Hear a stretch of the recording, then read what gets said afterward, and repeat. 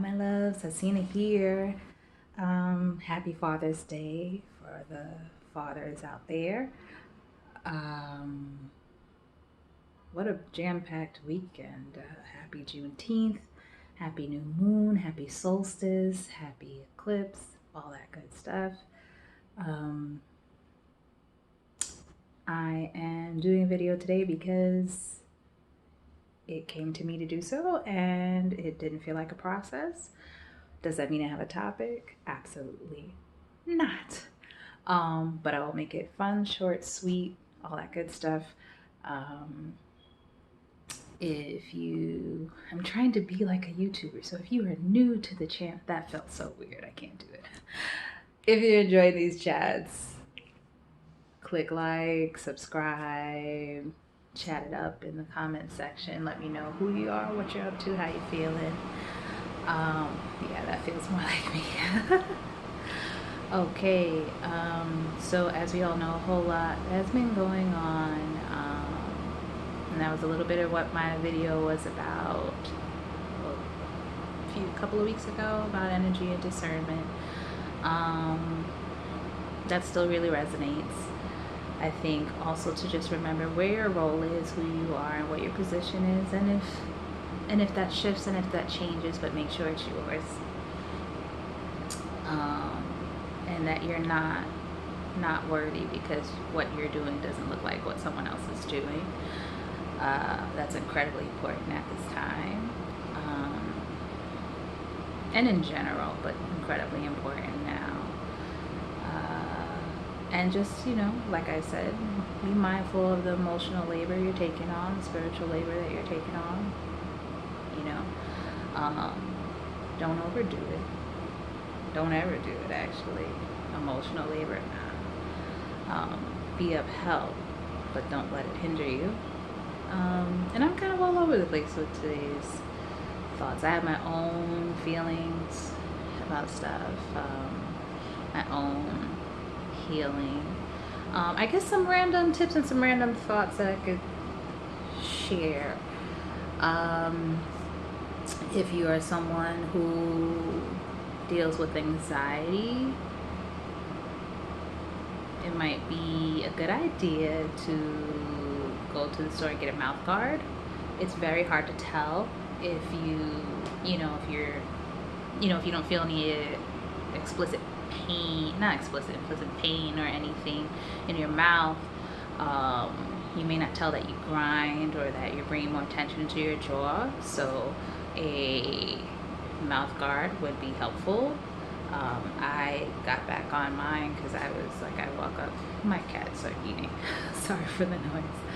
I woke up one day and my whole jaw was just so sore, and I realized I was grinding again, so that helps. What else? Mind your caffeine intake, mind your water intake.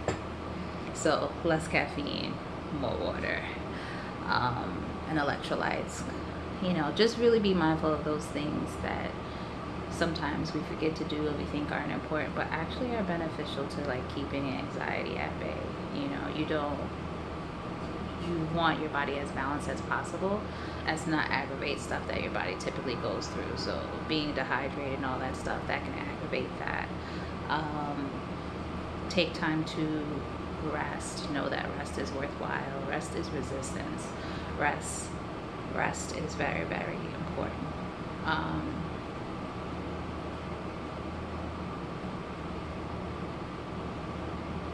Those things are just incredibly important, and also to move your body as best as you can and within the frame that you are able to.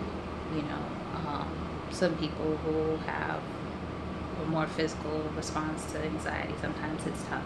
So do what you can, how you can, and don't beat yourself up for it. Something that I would say, if you pray, and this is not religious because I am not religious, but I am very always connected to spirit and energy. Something that has been beneficial for me is that when I am praying for myself and others, I pray for myself while I am myself. And I pray for myself before I was who I am now. And I pray for myself for after I am who I am now. I hope that wasn't confusing. Because if you have those beliefs, you know, time isn't linear, and there was another time you weren't who you are today, and there's another time where you won't be who you are today. And it's important that that love and that care and that awareness is still sent lovingly to those parts of yourself. I'm just starting to delve into that, but if you're interested in chatting about that more, let me know. Also, let's just be super random and talk about anything. Random. I love this wig. I love the color. It's olive green, and it makes me super happy, and in a good and bad way, because I'm like low key, like, should I dye my hair that color? I don't know, maybe. Yeah, I love that color. Another random thing. We can just talk about it. What? I cut my hair. I thought that it was way shorter than it actually is. You know, you're just doing something and then you're like, hey, it looks amazing. And then when you try to style it, you're like, oh, there's still a lot more. And I don't mean that in a braggy way. I meant that I was gonna just like throw some water in my hair, shake it out, keep going. And my hair was like, no, you didn't cut it short enough to do that. Try again. So I probably will do that. I probably will cut it shorter again at some point. But that being said, since we're talking about hair, a really random tip and thought for those who have natural hair. What your hair looks like when it's natural and long, and what your hair looks like when it's short and natural can be entirely different, and both are okay, and they require different things. Usually for me, I have very high shrinkage hair, and then so it shrinks, then it drops. And but it has to drop if it has that the length. So it's, you know, it's not gonna always do that. And you know, but also if it does that shrinking, and it shrinks and it swells. So it oddly enough almost feels like a lot more hair to deal with now than when it was a little longer, which was not what I was planning, and I kind of forgot. And so I'm learning and figuring it out. So that's funny, but I just thought that was something I usually don't hear people talk about when they talk about natural hair. Um, Also, if you have multi-textured hair, as I do, which is, and you have more than one, you know, people follow like 4A, 4AB, or 3CC, whatever.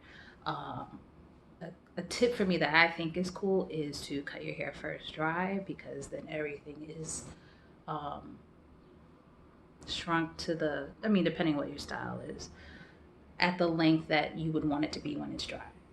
Then when you wash it, see what works, what doesn't work, and maybe you'll just have to do like a light dusting on top of that. And that way you don't have any pieces that super shrink or in pieces that super hang, and then like when you try to do your hair, it's like super confusing. So those things work for me. But most importantly, take some time to be kind to yourself. Take some time to, while you learn and unlearn, because this is a big learning and unlearning and relearning time, to take breaks. You need those breaks, not just for rest, but also to embody the information that you're receiving. And when we're talking about our healing, let's start talking about that healing in a less linear way, because there's healing that needs to be done right now, and then there's healing that needs to be done for you from before and after, because you're not just doing it for you, you're doing it for the collective. I hope this wasn't all over the place. I hope it wasn't really weird and random. I try to match and honor my motivations, so it felt like a good time to do a video. and I will continue to do that. So hopefully I will talk to you soon.